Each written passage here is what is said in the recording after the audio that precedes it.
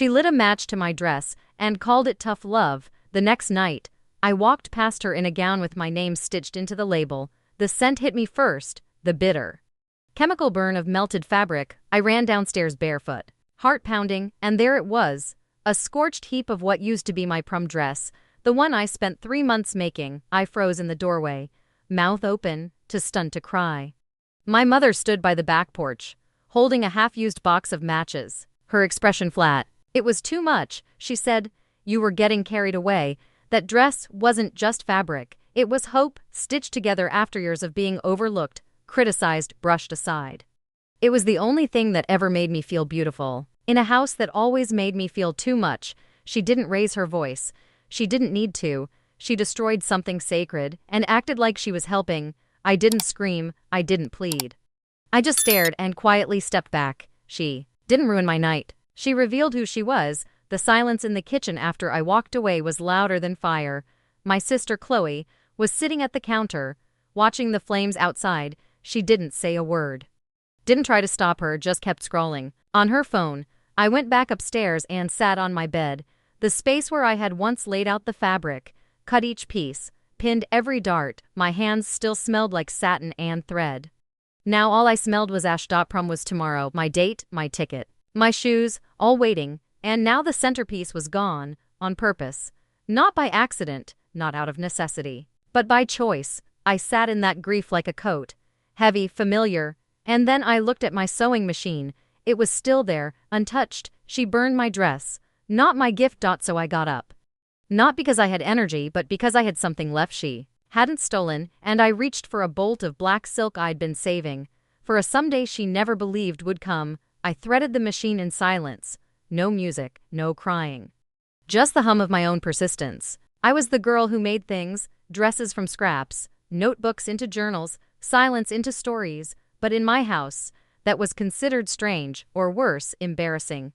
My mother hated when I stood out. Angela Lane ran our house like a business. Everything had to make sense, bring results, serve a purpose. Creativity didn't. Feelings didn't. I didn't unless I was helping someone else look better. Chloe, my older sister, was the golden template. Straight A student, minimal makeup, neutral tones, always agreeable. She got praise for being practical. I got punished for being dramatic. In my family, being yourself was a form of rebellion. When I was 10, I made my first skirt. It was lopsided, bright purple, and I wore it with pride. My mom made me change before school, said it was too loud. Chloe said nothing. I remember hiding it in my backpack. By 14, I had a sewing blog, just for me. Late nights, I'd post sketches, patterns, tutorials. It felt like breathing in a room with open windows. But one day, Mom found it and deleted it. It's not safe, she said. It's not real. At school, I was quiet, but not invisible. Teachers saw something in me. My art teacher once said, "You've got vision, Sierra." I clung to that sentence like a rope in water. No one at home ever said anything like that. Prom became my escape plan, not just a dance, but a moment to be seen, not through grades or politeness, but beauty I built with my own hands. Every stitch in that dress was a silent scream I saved for months. Babysitting, tutoring, cleaning houses on weekends. I bought fabric in secret, hid it under my bed, designed it on paper towels. When I ran out of sketch pads, it was mine, and only mine. That dress was never just a dress, it was the first thing I ever gave myself. I told my mom about prom late, partly because I knew she'd disapprove of the cost, the attention, the idea of me playing princess. She rolled her eyes. Just wear something simple. You're not trying to impress anyone, right? When I showed her the dress, half finished, she frowned. Satin, seriously? You'll look like you're trying too hard. I didn't argue. I just smiled and went back to my room. But the pinprick had already sunk deep. She never asked who my date was, never offered to help, never mentioned it again. And yet, the night before prom, she noticed enough to destroy it. I thought silence would protect it, that if I didn't push, she'd leave it alone. But she couldn't. She didn't just burn fabric. She burned the idea that I could show up in the world as myself and be applauded for it. Little moments stacked up like hidden cracks. My creativity was always treated like a liability, not a talent. When I spent hours perfecting a sketch, Mom would ask why I couldn't just take a class that pays. She saw my dreams as unproductive. At Thanksgiving, I spent 2 days sewing table runners. Everyone admired them. Mom said, "That's nice, but next time don't work so hard." The compliments weren't for me. They were excuses to criticize. I was never too much. I was never enough. During Chloe's graduation, I wore a simple dress. Mom told me to tone it down for photos. The idea that I needed to be muted sickened me. But I nodded, mostly. I nodded. When I worked for a local boutique, Mom asked, "When are you going to do something real?" She meant pick a proper job, not a passion. Her tone wasn't a question. It was a demand. I remember hiding my sewing machine in the shed when friends came over, so no one would see me as the crafty weirdo. I was ashamed of the part that made me most proud. Red flags get quieter when you ignore them. Gifts. I made sparkly headbands. Patchwork bags were praised but never thanked. They were appreciated in public, disregarded in private. And Chloe got all the thoughtful gratitude. When I booked my fabric online with my babysitting money, I hid receipts. Mom once found one and crumpled it, tucking it into a drawer. "Why would you waste money on that?" I learned to preempt criticism. I started settling for scraps of approval, a nod, a smile, instead of the warmth I craved. It taught me to ask for less. In a family that judges your color, your volume, your value, silence becomes safety. One time, I suggested using my runners at a local gallery fundraiser. Mom scoffed. "You think people care about your little pieces?" She wasn't trying to hurt me, she was erasing me. I realized too late that every act of guidance was control dressed as advice. Every compliment came with a lecture, every gift with a criticism. In that house, my dreams were footnotes, my grief was invisible. My red flags were the smoke rising from my burned dress, ignored until impossible to hide. It happened in a blur. I came home from my shift, exhausted but excited. The final hem was done. My dress was hanging in my closet, waiting. Prom was tomorrow. It felt real. I should have known something was off, the way Chloe looked at me. When I came in, the silence in the kitchen, the back door open, smoke lingering in the air like a secret too proud to hide. I ran upstairs. The closet door was wide open, the hanger was empty. My heart caught fire before my feet even moved. I screamed, but only inside. She didn't set fire to the dress, she set fire to me. In the backyard, Mom stood with the remnants still glowing. "I couldn't breathe. It was for your own good," she said. "You were obsessing. It was just a dress." Chloe didn't say a word, not one. She turned away. Later, I'd hear her whisper to Mom. Maybe it was too far, but she didn't stop her. Silence is betrayal too. That night, I lay awake, shaking. My friends texted about nails and hair. My date asked what time to pick me up. I told him I was sick. I wasn't lying, just not in the way he thought. I stayed home the next day, but by noon, something snapped. Not loud, not messy, just sharp. I walked to the garage, grabbed my backup bolt of silk, and started cutting. My hands moved before my mind could argue. By 5 p.m., I had a new gown, simple, sleek, black, no rhinestones, no flair, just power. I zipped it up and looked at myself in the mirror. For the first time, I didn't see a girl asking for permission. I wore grief like armor, and it fit perfectly. I called my date, told him plans had changed. I was coming. He picked me up at 6:30. My makeup was soft, my hair was up, my eyes were fire. When I walked into prom, heads turned. Not because the dress was loud, but because I wasn't hiding. It wasn't the gown I dreamed of. It was the one I forged from the ashes. My mom never saw that dress, but she saw the photos online. Tagged, loved, shared, and in every comment that said, "Who made your dress?" I replied the same thing. Me, I made it.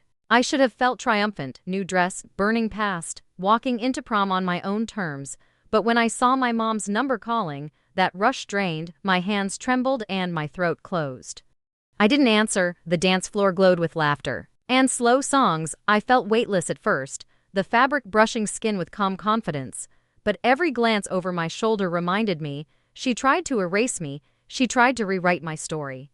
I was wearing my scars, but they looked like strength. I made my way to the punch bowl, where a friend greeted me like a heroine. She squeezed my arm, smiled wide. I smiled back, but the victory was heavy. It wasn't freedom. It was the moment I realized freedom may never feel easy. Later, I slipped outside into the cool night. I pressed my back against the brick wall and closed my eyes, listening to muffled songs and glass heels on pavement. I allowed myself to feel the fatigue, the grief, the anger, all tangled into one overwhelming knot. No one came out to check on me. I was alone in a sea of people, a sea that celebrated me. Yes, but didn't know the price I paid to be celebrated. Simplicity felt like both triumph and burden. I stayed there for a long time, hands pressed into pockets, drawing patterns in the gravel with my heel. I thought about every year I silenced myself. Every time I folded my dreams into shadows, sometimes. Collapse isn't a loud fall. It's a silent unraveling. I replayed the moment Mom struck the match in my mind. I replayed the tears I held back. I realized I was still carrying that weight, even with the dress on. So I let it all fall, right there, leaning on that brick wall under the stars. I didn't cry, I didn't shout. I just exhaled until my ribs no longer ached. The knot loosened, turning into clarity. I understood then. I did not lose by losing the dress. I lost by forgetting my own value. I walked back inside.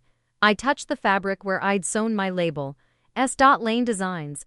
I straightened my spine and smiled, not for anyone else, but for me. And I danced again, slower, sure, unbroken. The morning after prom, I woke up in my friend Marissa's guest room. The dress was draped over the chair, wrinkled but whole. Like me, I stared at it for a while.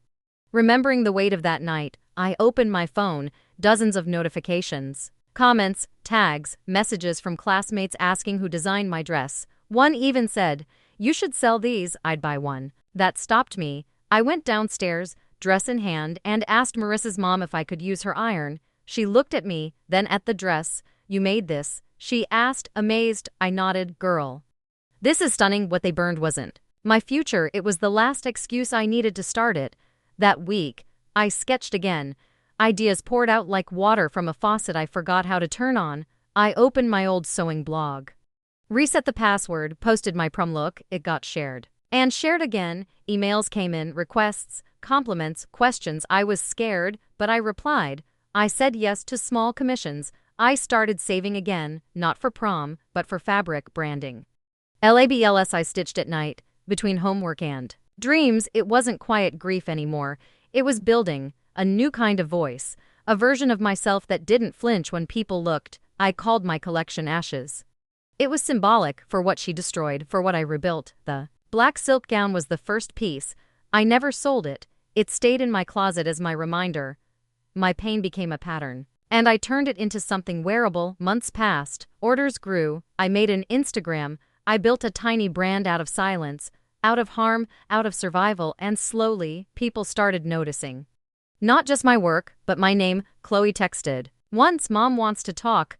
I read it and said nothing. Angela had already spoken loud enough when she lit the match. The next time I saw my mom, I was walking out of a fitting. She was at the mall, passing by a display where one of my designs was featured in the boutique window. She paused. I didn't need her to say anything. Her eyes said it all. Shock. Hesitation, regret, maybe, but I kept walking, head high, heels steady, because I was already past the point of needing her reaction. I never confronted her, never sent a long message, never demanded an apology. Instead, I kept creating. I stitched my silence into seams. I let success do the talking. I trademarked S. Lane Designs. I opened a small online store, my first. Launch sold out in 2 days. People weren't just buying dresses, they were buying defiance. Sewn carefully, line by line. She never commented. Not on the posts, not on the tags, not even when a local magazine featured my prom story under Young Designer to watch. But I knew she saw it. She took my voice. I made it a label.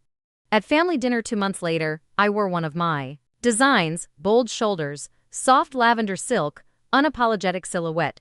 Chloe wore beige. Mom served dry chicken and didn't mention the dress. When I passed the mashed potatoes, I caught her looking at the hem. The same eyes that once burned my work now watched it in silence.